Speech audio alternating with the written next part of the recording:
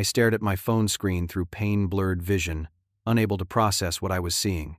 56 missed calls and a Venmo request from my mom for $2,500 marked urgent.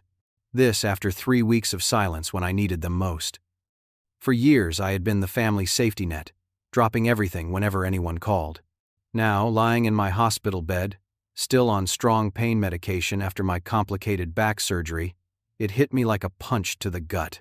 My family had completely abandoned me and my kids in my darkest hour, only to treat me like their personal ATM the moment they wanted something. Looking back, I should have seen the signs. My name is Ralph, and at 34 years old, I had spent most of my adult life being the responsible one in my family. As a construction project manager, I made decent money, enough to provide a stable life for my 7-year-old twins, Jake and Emma, in our modest 3-bedroom home in a quiet suburb of Denver. Being a single dad wasn't easy, especially with my family history. My back problems started 8 years ago on a job site. A temporary support beam slipped, and I instinctively caught it before it could hit a coworker. The searing pain was immediate, but I pushed through it. The doctors said I had herniated 2 discs, but with physical therapy and pain management I could avoid surgery. So that's what I did, year after year, through countless physical therapy sessions and an ever-increasing regimen of pain medications. By the time Jake and Emma were in 1st grade, the pain had become nearly constant. My primary care doctor referred me to a specialist who didn't mince words. "You need surgery, Ralph. The longer you wait, the greater the risk of permanent nerve damage." I scheduled the procedure 3 times over the next year. Each time, a family emergency forced me to postpone. The first cancellation came when my sister Diane called in tears. Her car had broken down, and she needed $900 for repairs to keep her job as a delivery driver. "I swear I'll pay you back when I get my tax return," she promised. I rescheduled my surgery and transferred the money. 3 months later, my brother Taylor got arrested for a bar fight. He needed $1,200 for bail. "It wasn't even my fault, Ralph," he insisted over the phone.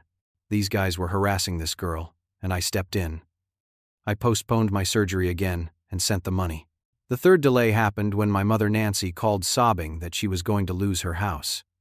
She needed $1,700 to catch up on mortgage payments. "The bank is being so unreasonable," she explained. "After 30 years of payments, they won't even give me an extension." I rescheduled again and wrote the check. None of them ever paid me back. The money didn't matter so much as the pattern I couldn't see. I was raised to believe family comes first, always. My father walked out when I was 10, leaving Mom to raise 3 kids alone. From that moment on, the mantra was clear. We only have each other. When my wife Lisa died from a sudden aneurysm when the twins were only 2, that family-first mentality became even more ingrained. My mother and siblings helped with childcare in those first terrible months, and I never forgot it. What I didn't realize was how one-sided our relationship had become over the years. Every holiday, every birthday, every milestone, I was there with gifts, support, and often financial assistance. When was the last time any of them had done the same for me? I couldn't remember. The turning point came during my pre-op appointment. Dr. Feldman reviewed my MRI, and his expression changed. "Ralph, I'm concerned. The delay has allowed the disc material to compress your spinal cord further. There's significant nerve impingement now. The recovery will be longer and more difficult than if we'd done this years ago." "How much longer?" I asked, thinking about work and the kids. "Instead of 10 days, you're looking at 3 to 4 weeks minimum before you can return to even light duties, and there's a greater risk of complications." The news hit me hard. I had carefully saved sick leave and vacation time, planning for a 10-day recovery. My boss John had approved my flexible return-to-work plan. Now everything would need to change.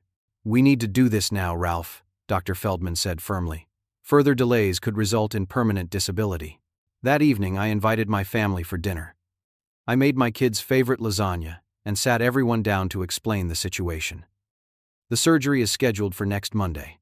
I'll be in the hospital for 3 days, then home recovery for several weeks. I've saved up, so finances are covered, but I need help with Jake and Emma." "Of course we'll help," my mother said, patting my hand. "I'll stay at your place that first week." "And I can handle school pickup and drop-off," Diane offered. "My new job has flexible hours. I've got the weekends covered, bro," Taylor added. We're family. We take care of each other. For the first time in months, I felt the weight lifting from my shoulders.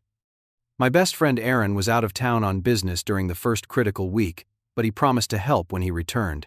With my family stepping up, I could focus on healing. I spent the weekend preparing detailed schedules for the kids, stocking the freezer with meals, and creating emergency contact lists. I felt prepared and grateful that my family would finally have the chance to return some of the support I'd given them over the years. The night before surgery, my phone rang. It was my mother. Ralph, honey, I'm so sorry, but Doug surprised me with tickets to see James Taylor for our anniversary. The concert is next Tuesday, and he's booked this whole romantic weekend getaway. You know how long I've wanted to see James Taylor live. My heart sank, but I forced a smile into my voice. It's okay, Mom. What about the rest of the week? Well, the thing is, Doug took the whole week off, and he's got other surprises planned.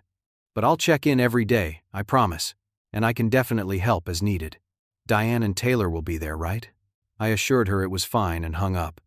A knot of worry formed in my stomach, but I pushed it aside. Diane and Taylor had promised to help. It would be okay. The surgery was scheduled for 7 in the morning. My neighbor Susan agreed to watch the kids and take them to school. She'd pick them up and stay until Diane came after work. It was a solid plan, or so I thought. I kissed Jake and Emma goodbye at 6 that morning, promising I'd see them soon. Will you bring us a present from the hospital? Jake asked, always thinking about souvenirs. The present will be Dad feeling better, I said, ruffling his hair. No more grumpy mornings when my back hurts. Emma hugged me tightly. I'll make you get well cards every day, she promised. The pre-op went smoothly, and the last thing I remember before the anesthesia took effect was counting backward from 10. I made it to 7. I woke up disoriented and in excruciating pain. The room was spinning, and my mouth felt like it was stuffed with cotton. A nurse appeared at my side. Welcome back, Ralph. The surgery took longer than expected. Dr. Feldman will be in to talk to you soon. Hours passed in a haze of pain medication and fitful sleep. When Dr. Feldman finally came, his expression was serious. We encountered some complications, he explained. The disc damage was more extensive than the MRI showed. We had to remove bone spurs that were impinging on your spinal cord and repair damage to surrounding tissues. I'm concerned about potential infection risk, so we're going to keep you here longer for observation. How much longer? I asked, my voice raspy. Instead of 3 days, plan on at least 7. And your home recovery will be extended as well. We're looking at a minimum of 3 weeks before you can resume even light activities. My mind raced to the kids. Susan was only available for emergency childcare for 24 hours. Diane was supposed to take over tonight. I need to call my sister, I said urgently. She's watching my kids. The nurse helped me with my phone. Diane answered on the 4th ring, music and laughter in the background. Hey, Ralph. How'd it go? There were complications, I explained, fighting to keep my voice steady through the pain. They're keeping me here longer. Can you still get the kids from Susan tonight? Oh, tonight? I'm actually super busy right now. Can't Mom do it? She's away with Doug, remember? You promised, Diane. Right, she said, sounding distracted. Don't worry about it. I'll figure something out. Gotta go. We're about to order. She hung up before I could say anything else. The knot in my stomach tightened, but the medication was pulling me under again. The first day after surgery passed in a blur of pain, medication, and brief moments of consciousness. No one came to visit. I assumed they were busy with the children, though a part of me wondered why no one had called to update me. The following morning, with the help of a kind nurse named Marcus, I sent a group text to my family. Surgery had complications. Staying in hospital longer. How are Jake and Emma doing? The responses were brief and vague. Mom. Hope you feel better soon, honey. We're in Napa now. The vineyard tour is amazing. Diane. Kids are fine, don't worry. Taylor. Hang in there, bro. No details. No questions about my condition. No offers to visit. By the afternoon, growing concerned, I asked Marcus to help me video call my children. Susan answered, looking frazzled. Ralph, thank goodness. The kids have been asking about you. My heart stopped. They're still with you? Diane was supposed to pick them up yesterday. Susan's expression confirmed my fears. No one came, Ralph. I called the numbers on your emergency list, but your mom's went straight to voicemail, and your sister and brother said they'd figure something out. I couldn't just leave them. But I have my shift at the hospital tomorrow. I'm a single mom, too. I can't miss work. Jake and Emma's faces appeared on screen, momentarily distracting me from my rising panic. Daddy! When are you coming home? Emma asked, her eyes wide. I forced a smile.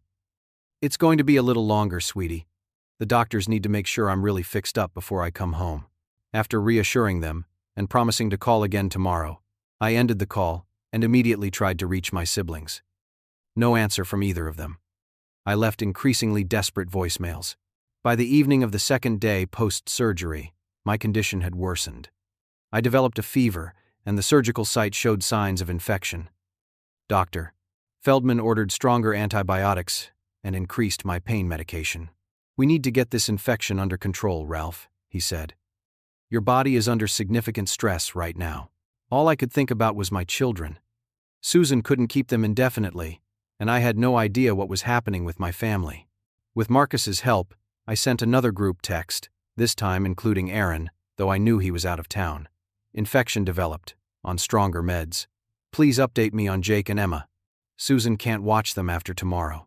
3 hours passed with no response. Meanwhile, Susan texted me privately, Ralph, I'm so sorry, but I absolutely cannot miss my shift tomorrow. It's already after 6. I need someone to come get the kids by 8 in the morning at the latest. By evening, my fever had spiked to 102 degrees. The infection at the surgical site was spreading, causing intense pain that even the increased medication barely touched. Dr. Trops's 202 degrees. Feldman ordered cultures and adjusted my antibiotics again, warning that I might need a second surgery to clean out the infection. Through the haze of fever and medication, my worry for Jake and Emma consumed me. With trembling hands, I sent what felt like my 100th text to the family group. Please, I just need someone to sit with the kids. Susan has work tomorrow. Emergency. I stared at the screen, watching as the message was delivered and then read by each family member. Minutes passed, no replies. An hour later, still nothing. I called each of them again, reaching only voicemails. The panic was rising in my chest, making it hard to breathe. Susan texted again. Ralph, I'm really sorry, but I have to know what's happening. My shift starts at 9 tomorrow morning, and I need to arrange for my own childcare. In desperation, I called my neighbor Tom across the street, who I barely knew beyond a friendly wave. He couldn't help but offered to ask his wife if she could watch the kids for a few hours. I called 2 coworkers, both of whom had their own family obligations but promised to see what they could do. I even called the twins' school to ask about emergency after-school programs. By 9 that evening, my phone buzzed. A text from Taylor. Got plans tonight, bro. We'll try to figure something out tomorrow. Can't Susan keep them one more day? Before I could reply, my phone dinged with notifications from the family group chat. It wasn't responses to my desperate pleas. Instead, Diane was posting a stream of photos from a winery tour. Smiling selfies with friends, glasses raised in toasts, scenic vineyard views, dozens of pictures flooding the chat where my emergency messages sat, acknowledged but ignored. I couldn't believe what I was seeing. My sister was out wine tasting while I lay in a hospital bed with a raging infection, and my children had no one to care for them. She had clearly seen my messages, the read receipts confirmed it, and had chosen to post vacation photos rather than respond.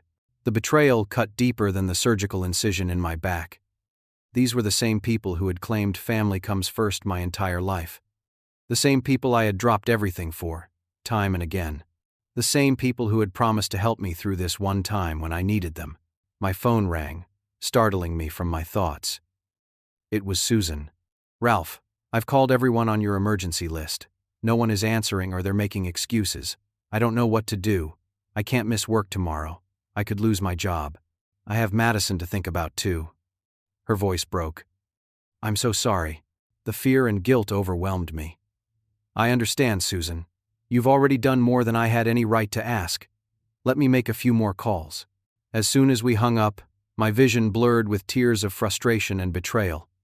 The medication made it hard to think clearly, but I knew I needed help beyond my family. With shaking hands, I called my boss, John. John, I'm sorry to call so late, I began, my voice cracking. Ralph? What's wrong? You sound terrible. I explained the situation as briefly as I could, embarrassment coloring my words. My family. They promised to help with the kids, but no one's shown up. My neighbor can't watch them after tonight. I don't know what to do. There was silence on the other end for a moment. That's unacceptable, Ralph, John said finally, anger evident in his voice. Where are your kids right now? With my neighbor Susan, but she has work tomorrow. Text me her address. I'm coming by the hospital first, then I'll check on the kids myself. True to his word, John arrived at the hospital 30 minutes later. I barely recognized the man standing in my doorway, not because of the medication, but because I'd never seen my normally composed boss so angry. Jesus, Ralph, he said, taking in my condition. Why didn't you call me sooner? I thought my family would come through, I admitted, the words bitter on my tongue. John sat down, his expression softening. I've called Aaron. He's cutting his trip short and flying back tonight. He'll be at your house by morning to take over with the kids. Relief flooded through me, immediately followed by guilt. Aaron doesn't need to do that. His presentation is less important than making sure your kids are taken care of, John interrupted firmly. That's what real family does, Ralph. The kind you choose, not just the kind you're born into. As John was leaving, a nurse entered with another round of antibiotics. She was followed by Dr. Feldman and a hospital social worker I hadn't met before. Ralph, this is Heather from Social Services, Dr. Feldman introduced her. Given your situation, I thought it would be good for you two to talk. The words sent a chill through me. Social Services? My kids are fine. My friend Aaron is coming to take care of them. Heather smiled reassuringly. That's good to hear. We just want to make sure your children have proper supervision while you're hospitalized. It's standard procedure when a single parent experiences a medical emergency. As they spoke, I drifted in and out of consciousness, the medication making it difficult to focus. At one point, I thought I heard Dr. Feldman saying, if the emergency contacts aren't responding, we may need to file a report. The thought of child services becoming involved terrified me more than the infection raging through my system. What if they took Jake and Emma away? What if they decided I couldn't care for them properly? The twins had already lost their mother. They couldn't lose me too. I must have fallen asleep, because the next thing I knew, it was morning. My fever had broken somewhat, but the pain remained intense.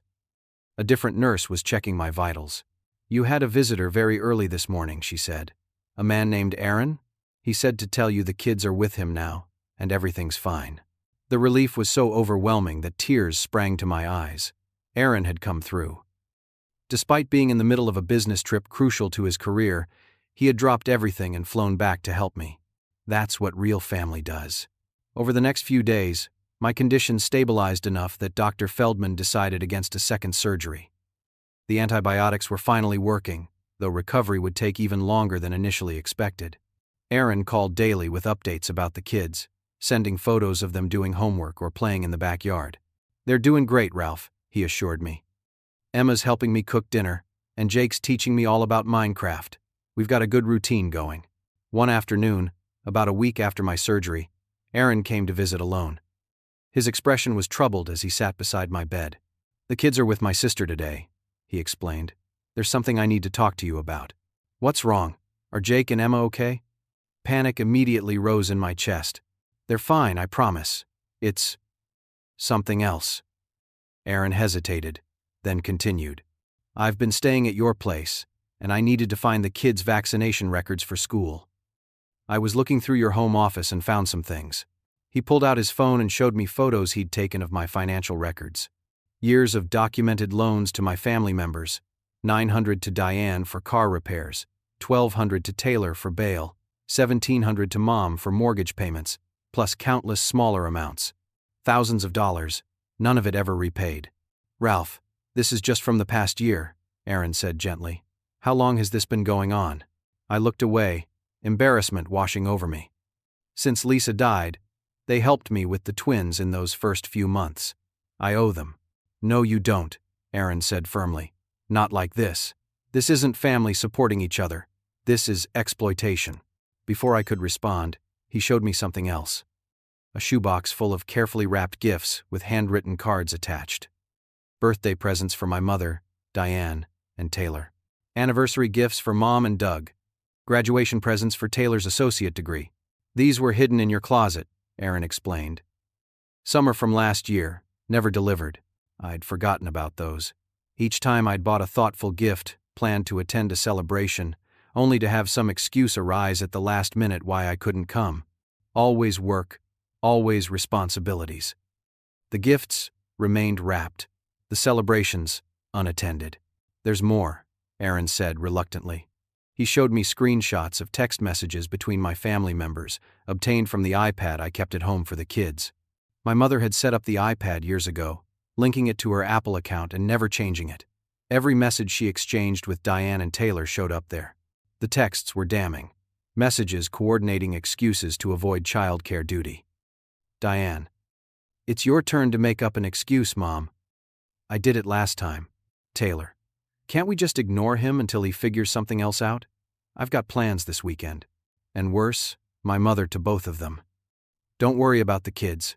Ralph always figures it out. He'll understand we have our own lives too. These exchanges happened while I lay in a hospital bed with a post-surgical infection, desperately trying to ensure my children were cared for. The betrayal was complete, but there was more. Aaron hesitated before showing me the last screenshot. I think you need to see this, but it's going to hurt. It was a social media post from my mother, a selfie taken in what looked like a hospital waiting room, her expression artificially somber. The caption read, "Keeping vigil while my son recovers from dangerous back surgery. Playing supermom to my grandkids too. Family is everything. Number. Family first. Number super grandma. Number prayers needed." The comments were filled with sympathy and praise for her dedication. Several mentioned sending money or gift cards to help with expenses. In reality, she hadn't visited once, hadn't spoken to me directly, and hadn't spent a single minute with Jake and Emma. She's been posting updates like this all week, Aaron said quietly. Taking credit for everything I've been doing. Everything your coworkers have been doing. Collecting sympathy and, apparently, donations. I felt physically ill and it had nothing to do with my infection. How had I been so blind? For years, I'd believed in a family bond that apparently existed only in my imagination, or at least only flowed in one direction. There's one more thing, Aaron said, even more reluctantly. Your sister has been telling the twins that you don't want to see them right now. That's why they haven't asked to visit you in the hospital. That was the breaking point. My children believing I didn't want to see them? The thought was unbearable. Bring them tomorrow, I said, my voice shaking with emotion. I don't care what the doctors say. I need to see my kids. Aaron nodded, squeezing my shoulder gently. I'll bring them, I promise. After he left, I lay in bed staring at the ceiling, trying to process everything I'd learned.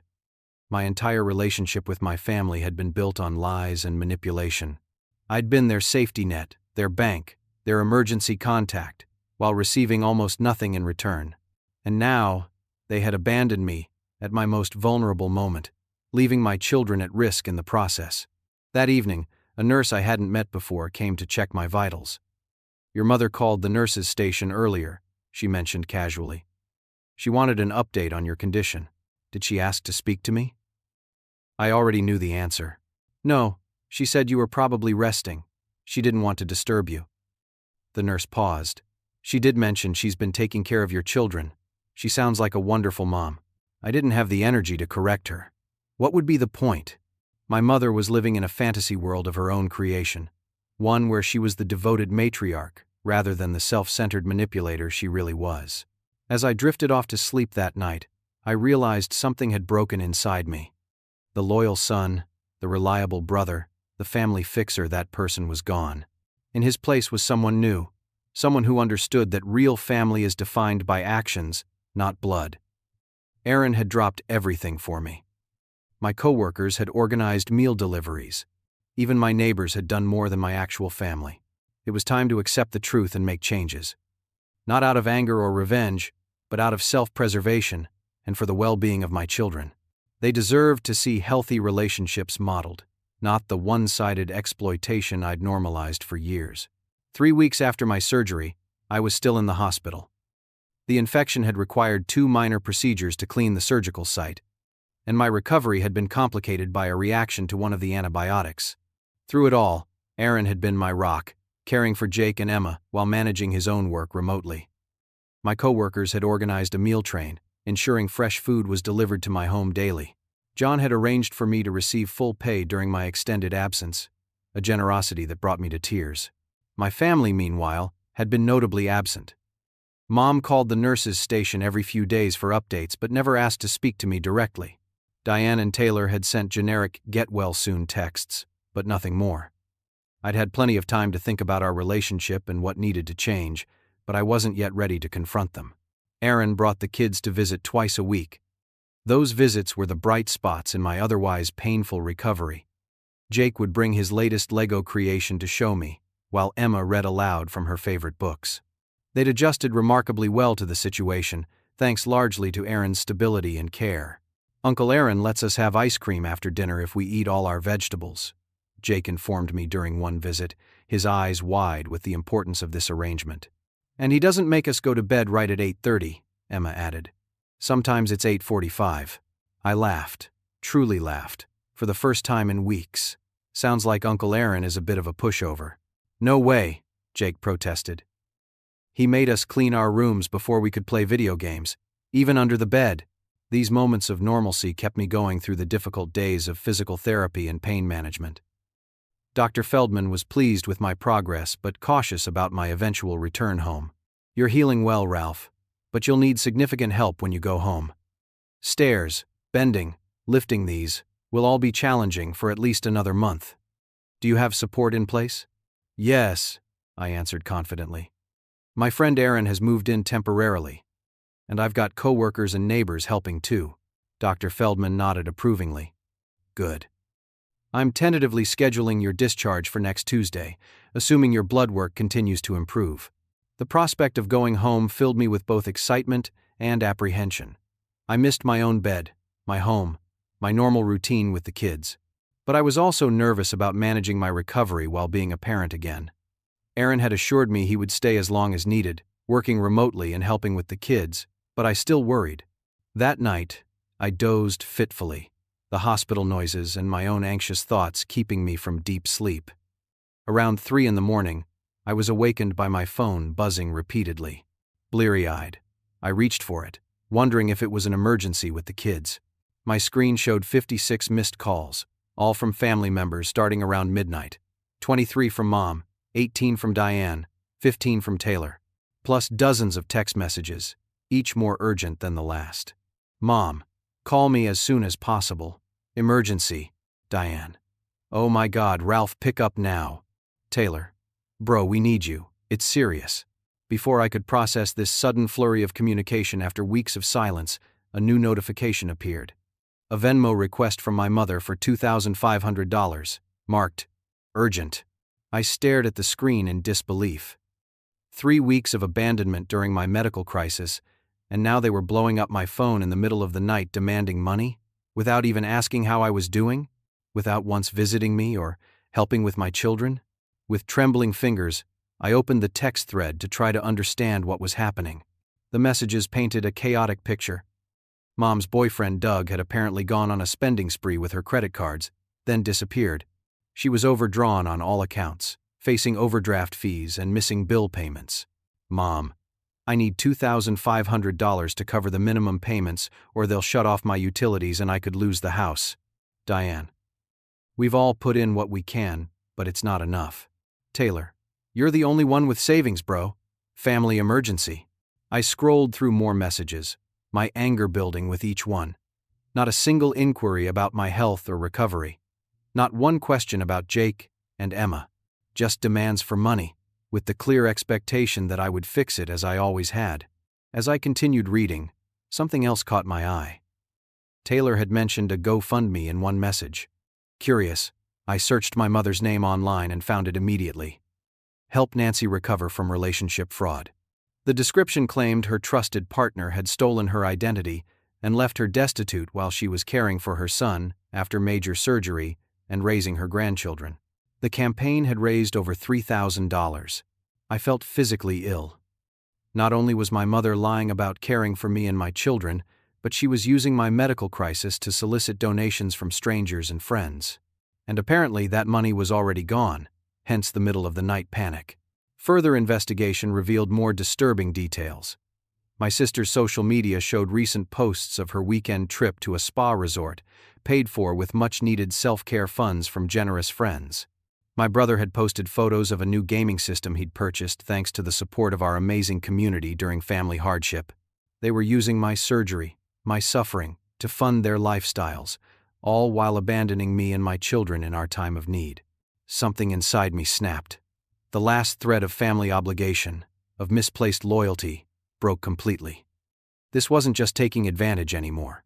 This was exploitation, fraud, and a betrayal so complete, it left me breathless. I put my phone on Do Not Disturb mode and lay back in the hospital bed, my heart pounding with anger and resolution.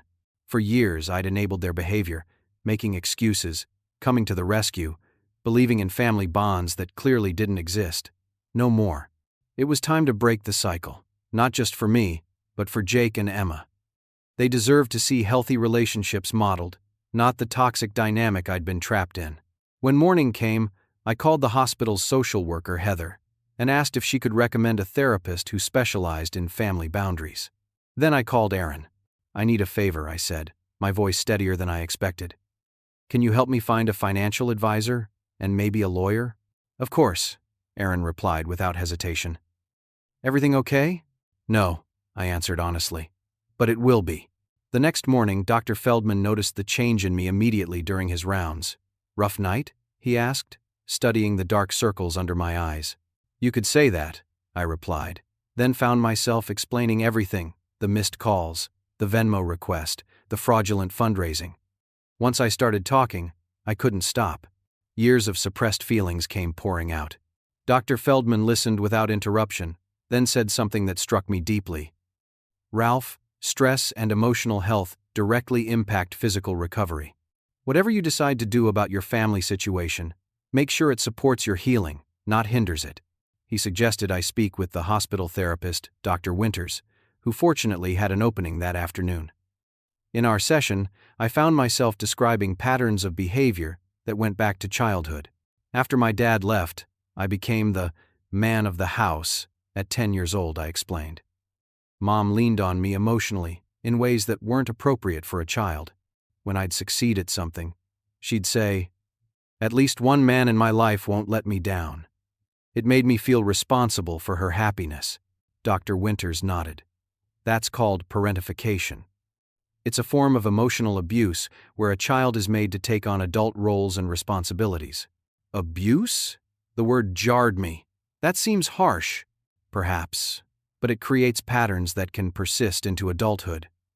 Like your current dynamic, you providing financial and emotional support while receiving little in return. We talked about my sister and brother too, how they'd learned from our mother that Ralph would always fix everything. How I'd internalized the role of family savior to the point where I couldn't say no, even at the expense of my own well-being and now, potentially, my children's security. "What do you want to do about it?" Dr. Winters asked. The answer came with surprising clarity. "I want to break the cycle, set boundaries, make my children the priority they should be." "That's an excellent start," she encouraged. "What might those boundaries look like?" We spent the rest of the session outlining specific boundaries. No more spontaneous financial help. Any past loans would need formal repayment plans. Limited contact until they demonstrated respect for my boundaries. Supervised visits with the children. "These are significant changes," Dr. Winters cautioned. "Expect resistance, possibly extreme resistance. People who've benefited from your lack of boundaries often react badly when those boundaries appear." I left the session feeling both lighter and heavier from finally acknowledging the dysfunction, heavier from knowing the difficult conversations ahead. That afternoon, Aaron brought Jake and Emma to visit. Seeing their faces light up when they spotted me was the medicine no doctor could prescribe. They bounded into my room with the energy only 7-year-olds possess. "Daddy, look what I made you." Emma thrust a homemade card into my hands, decorated with glitter and drawings of what appeared to be me with a superhero cape. "It's you as Super Dad," she explained. "Because you're fighting the back monsters." Jake approached more cautiously. Does your back still hurt?" he asked, his little forehead creased with concern. "It's getting better every day," I assured him. "Soon I'll be home with you guys." Jake's expression clouded. "Aunt Diane said you didn't want to see us because you were too sick. That's why you didn't call for a long time." The statement hit me like a physical blow. Aaron had mentioned this, but hearing it directly from my son was devastating. I gently pulled Jake closer. "That's not true at all, buddy. I always want to see you and Emma. Always. I was very sick for a while and the medicine made me sleep a lot, but I've missed you every single day." "So you're not mad at us?" Emma asked in a small voice. "Never," I said firmly, fighting back tears. "You two are the most important people in my whole world." The relief on their faces broke my heart. How dare my sister tell my children such a hurtful lie? What kind of person does that to a child? The anger I'd felt the night before returned, stronger and more focused. After the kids left with Aaron's sister for dinner, I made 2 important calls. First to a family law attorney recommended by Heather, then to a financial advisor suggested by John. Both agreed to meet with me the following week, after my discharge. That evening, my mother called the nurse's station again. This time I asked the nurse to put the call through to my room. "Ralph, finally!" My mother's voice held the familiar note of dramatic relief. "Did you get my messages? It's an absolute emergency." "I got them," I replied evenly. "All 56 calls in the middle of the night. Then you understand how desperate things are. Doug cleaned out my accounts and maxed out my credit cards. The bank won't help at all. I need that money by tomorrow, or..." I cut her off. "Mom, I just had major back surgery with complications. I've been hospitalized for 3 weeks. My children were almost left without care because you, Diane, and Taylor all broke your promises to help." There was a pause then. "I know, honey, and I'm so sorry about that. Things just got so hectic with Doug. And you know Diane and Taylor have their own lives. But we can talk about all that later. Right now, I'm about to lose my house." The familiar guilt began to rise, but I pushed it back down. "We need to talk about it now, actually. You've been telling people you're taking care of me and the twins. You've raised money online using my surgery as the reason." "What?" "No, that's not. I mean, I did create a fundraiser, but that was just to help with everything going on in the family. You know how expensive everything is these days." Her deflection was so predictable it almost made me laugh. "Mom, I saw the GoFundMe. I saw Diane's posts about her spa weekend and Taylor's new gaming system. You've all been using my situation to get money from people. That's not fair, Ralph. We're family. What affects one of us affects all of us. And anyway, I really have been taking care of things. I call the hospital every day to check on you. But you've never once asked to speak to me directly. You've never visited. You've never helped with Jake and Emma. In fact, Diane told them I didn't want to see them." The silence on the other end lasted several seconds. When my mother spoke again, her voice had changed to something harder, defensive. "I don't know why you're attacking me when I'm the one in crisis. If you don't want to help, just say so. I'll figure it out myself like I always have." The victim narrative, right on cue. I took a deep breath. "I'm not sending money, Mom. Not tonight, not tomorrow. When I'm discharged next week, we're going to have a family meeting to discuss everything. Until then, I need to focus on my recovery." "A family meeting? What is this? Some kind of intervention? I'm your mother, Ralph. Not some child you can lecture." "It's not a lecture," I said calmly. "It's a long overdue conversation about our family dynamics. I'll text you the details once I'm home." She hung up without another word. Within minutes, my phone was flooded with texts from Diane and Taylor, both expressing shock at my cruelty and abandonment of Mom in her time of need. I silenced my phone again, content in the knowledge that I had taken the first step toward real change. The next few days passed in a blur of physical therapy, discharge planning, and preparations for returning home.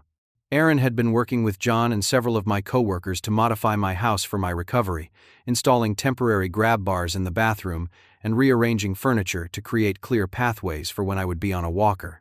Through it all, I maintained my resolve. My family continued their barrage of calls and texts, alternating between guilt trips, anger, and occasional tepid inquiries about my health that always circled back to Mom's financial crisis. I responded briefly but firmly, reiterating that we would discuss everything at the family meeting. The night before my discharge, I received an unexpected visitor, my brother Taylor. He entered my hospital room awkwardly, hands shoved in his pockets, looking nothing like his usually confident self. "Hey," he said, hovering near the door. "You look better than I expected." "Thanks, I think," I replied, genuinely surprised to see him. "What brings you here?" Taylor shifted uncomfortably. "Mom's pretty upset. Says you're refusing to help with the Doug situation." I studied my younger brother's face.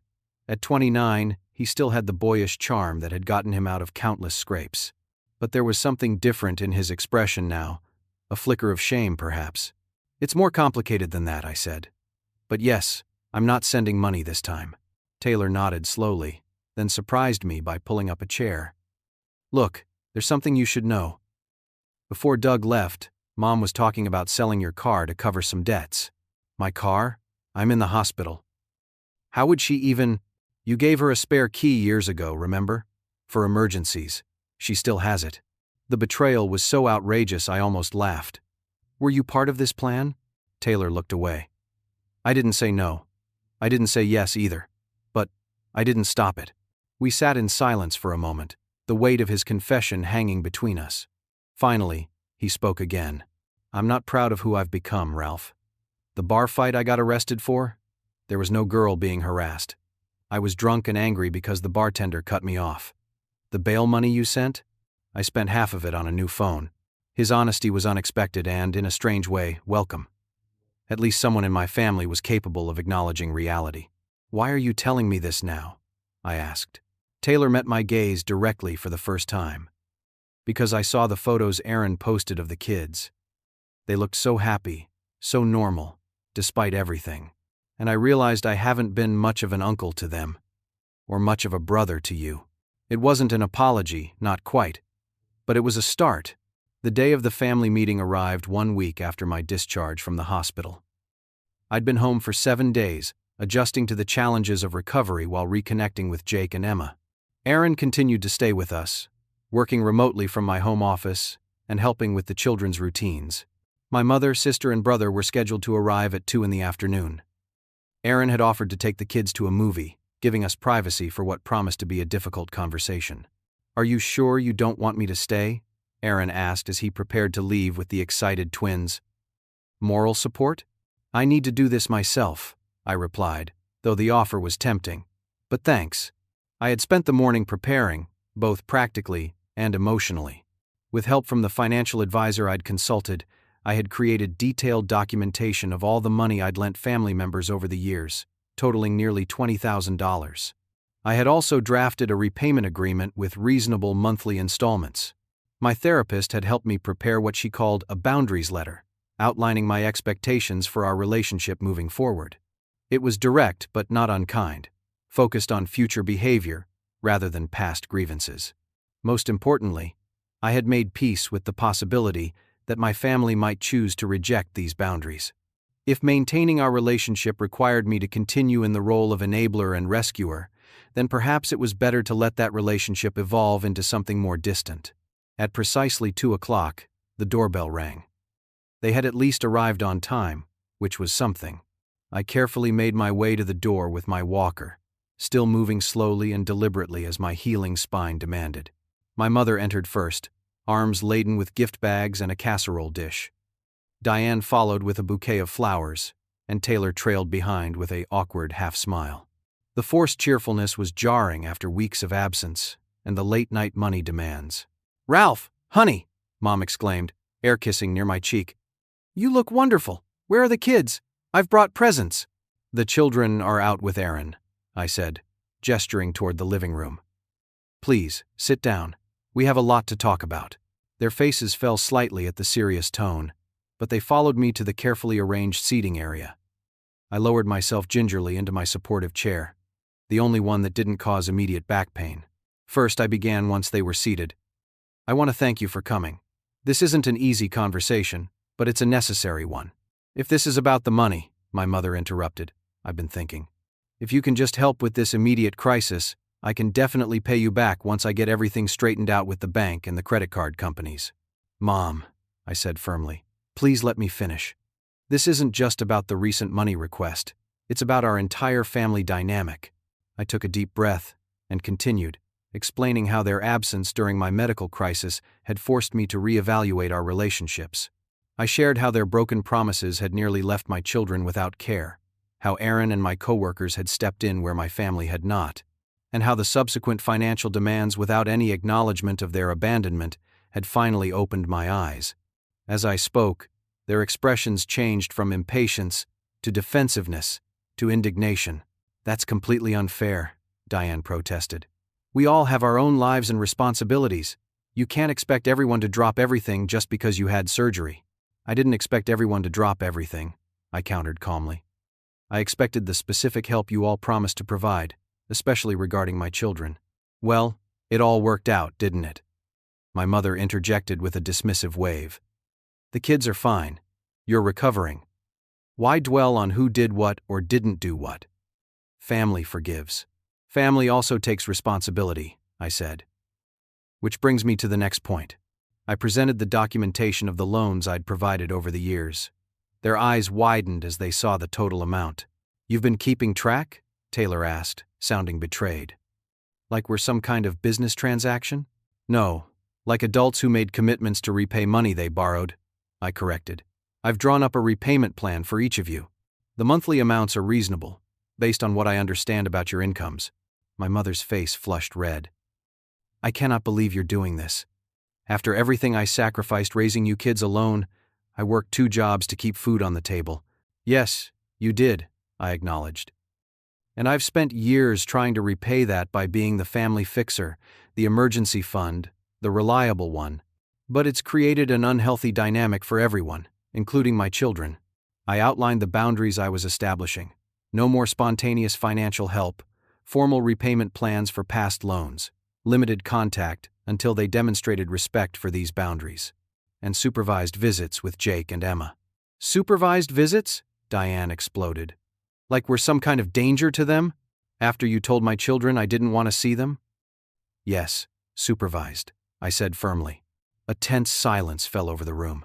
My mother's expression had hardened into something I'd seen many times before, the look that typically preceded either tears or recriminations, both designed to regain control of the situation. But before she could speak, Taylor surprised me again. "He's right," he said quietly. All heads turned toward him. "We've been taking advantage of Ralph for years," he continued. "We make promises we don't keep. We borrow money we never repay. We expect him to fix everything while giving nothing in return." "Taylor," my mother gasped. "How can you say such things?" "Because they're true, Mom. Ralph was lying in a hospital bed with a serious infection, and we all ignored his texts about the kids. I was playing video games. Diane was wine tasting. You were posting on social media pretending to be super grandma, while actually touring vineyards with Doug." My mother's face crumpled. "I did check on him. I called the hospital every day. But you never asked to speak to me," I pointed out gently. "You never visited. You never helped with Jake and Emma. And then," Taylor continued, "when Doug cleaned you out, the first thing you did was demand money from Ralph. Not ask how he was doing. Not offer to help now that you were free of Doug. Just send money immediately." My mother turned to Taylor, her expression hardening.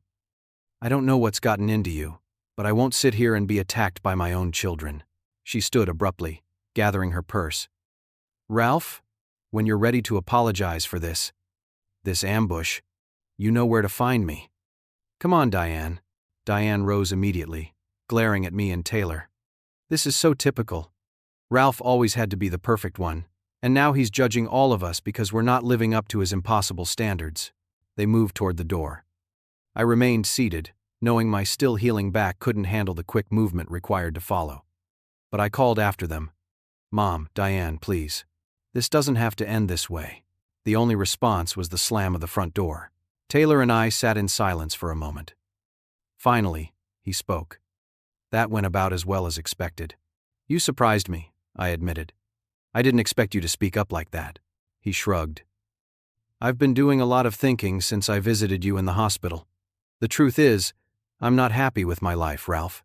I'm 30 years old, still working part-time jobs, still living in a crappy apartment with roommates. And it's not because I don't have opportunities. It's because I've never had to grow up. You and Mom have always cleaned up my messes. So what now? I asked. I'd like to try doing things differently. I can't pay back everything at once, but I can start with small payments, and maybe I could spend more time with Jake and Emma. Be a real uncle for once? It wasn't everything I'd hoped for from the meeting, but it was something. One family member willing to acknowledge reality and attempt change. I'd like that, I said. The kids would too. After Taylor left, I sat alone in the quiet house, emotionally exhausted but oddly peaceful. The confrontation hadn't gone perfectly. My mother and sister had rejected my boundaries outright, but I had spoken my truth calmly and clearly. For the first time in my adult life, I had prioritized my own well-being and that of my children over the dysfunctional family system. Aaron returned with Jake and Emma an hour later. The twins burst into the house full of movie excitement, eager to tell me about every detail of the animated adventure they'd just experienced. Their joy and energy filled the house, washing away the lingering tension of the family meeting. That night, after the children were asleep, I told Aaron about the confrontation and its mixed results. "Are you okay with how it ended with your mom and Diane?" he asked. I considered the question carefully. "I'm sad," I admitted. "But I'm also relieved.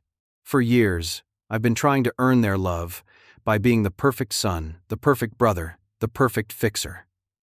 It's exhausting, and it's never enough. Today, I finally accepted that their love might be conditional in ways I can't and shouldn't try to satisfy." "That's a big realization," Aaron said. "Yeah, but it also means I can focus my energy on the relationships that are healthy and reciprocal. On being a better dad to Jake and Emma.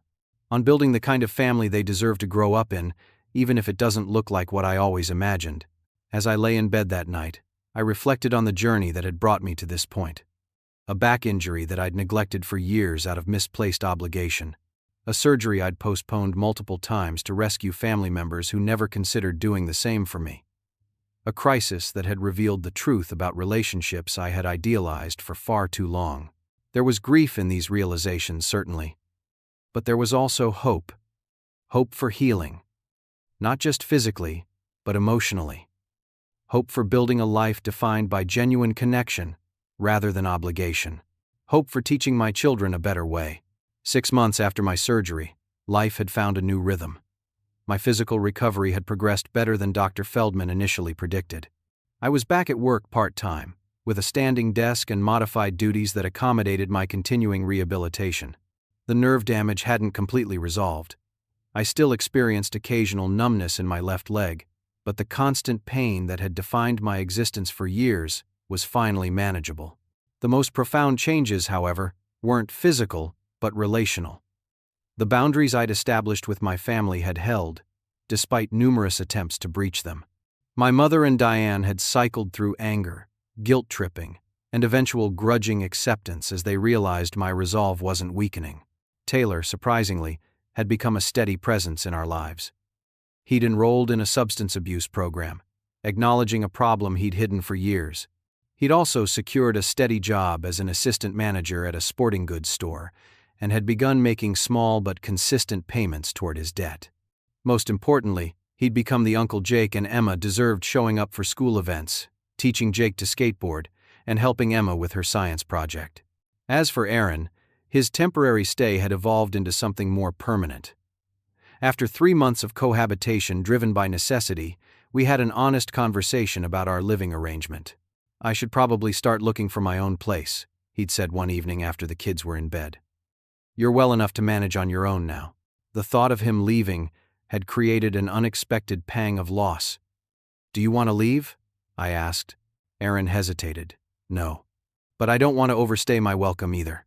You've created a place for yourself here," I said honestly. "The kids adore you, and I've gotten used to having another adult around. It's nice not doing everything alone. Are you asking me to stay?" "I'm saying I'd like you to stay, if you want to. We can figure out the details." So he stayed. We created a co-parenting arrangement that benefited everyone, especially the children. Aaron's presence provided stability and support that allowed me to focus on my recovery without worrying about neglecting Jake and Emma's needs. His natural patience complemented my sometimes overly structured approach to parenting. creating a balanced environment neither of us could have provided alone. My relationship with work had transformed as well. John had been more than understanding throughout my recovery, but the experience had clarified my priorities. I negotiated a permanent part-time arrangement that allowed me to be home when the kids returned from school. The reduced income was offset by Taylor's repayments and a careful restructuring of our household budget. Even my community connections had evolved. The support I'd received during my crisis had inspired me to give back. I started a support group at our community center for single parents, creating a network of mutual assistance that many participants described as life-changing. "You've helped me realize I'm not alone," one single mother told me after a meeting, "and that asking for help isn't weakness, it's wisdom." One crisp autumn day, exactly 1 year after my surgery, I organized a small gathering at our home. Aaron, Taylor, John, and his wife, several co-workers, our neighbors Susan and Tom, and a few members of the single parents group joined us to celebrate what I called my rebirth day. As we enjoyed a simple meal in the backyard, I offered a toast. A year ago, I was in crisis. Not just physically, but in every way possible. I thought I had lost everything: my health, my independence, possibly even my children. But what I actually lost were illusions. Illusions about relationships, about obligation, about what family really means. I gestured to the people gathered around the table. What I gained was this: real connections, mutual support, a community of people who show up not out of obligation, but out of genuine care. I'm healthier now than I've ever been, and it's not just because my spine is finally fixed. After the guests had gone, Aaron and I sat on the porch swing, watching Jake and Emma play in the yard with their new puppy, a rescue named Buddy that Taylor had helped us adopt. "Have you heard from your mom lately?" Aaron asked. "Yes, actually. She and Diane made another attempt at reconciliation last week." "Really? That's progress, isn't it?" I smiled wryly. "It started that way. They brought gifts for the kids, asked about my recovery, seemed genuinely interested. Then about 20 minutes in, Mom mentioned that her roof needs replacing and her homeowner's insurance won't cover it." Aaron winced. "Let me guess. About $15,000? 20. Apparently there's water damage too." I shook my head. "Some things don't change." I told her I could recommend a reliable contractor who offers payment plans, and suddenly she and Diane remembered another appointment. "I'm sorry." "Don't be. I'm not." A year ago, I would have immediately offered to help, taken out a loan if necessary, put my own financial security at risk. Today, I could offer appropriate support or recommendation, maybe assistance researching financing options without feeling responsible for fixing everything. That's growth. As the sun began to set, casting a golden glow over our yard, I reflected on everything the past year had taught me. The back pain I'd ignored had nearly destroyed my health. The family dynamics I'd accepted had nearly cost me everything. Sometimes, the greatest act of love for others and yourself is establishing healthy boundaries. "Dad! Uncle Aaron! Look what Buddy can do now!" Jake called, demonstrating the sit command they'd been practicing with the puppy. Aaron and I applauded enthusiastically. Emma joined her brother, and soon we were all in the yard, laughing as Buddy performed his limited repertoire of tricks with boundless enthusiasm. This was family. Not perfect, not without challenges, but genuine and mutually supportive. The journey to this point had been painful beyond words, but the destination was worth every step. So what about you? Have you ever had to set difficult boundaries with loved ones? How did you balance your own needs with the desire to help others? I'd love to hear your experiences in the comments. And if this story resonated with you, please like and subscribe to the channel for more real-life stories about overcoming life's challenges. Don't forget to share with someone who might need to hear this message of hope and transformation. Thank you for listening, and remember, sometimes the most loving thing you can do for yourself and others is to say no.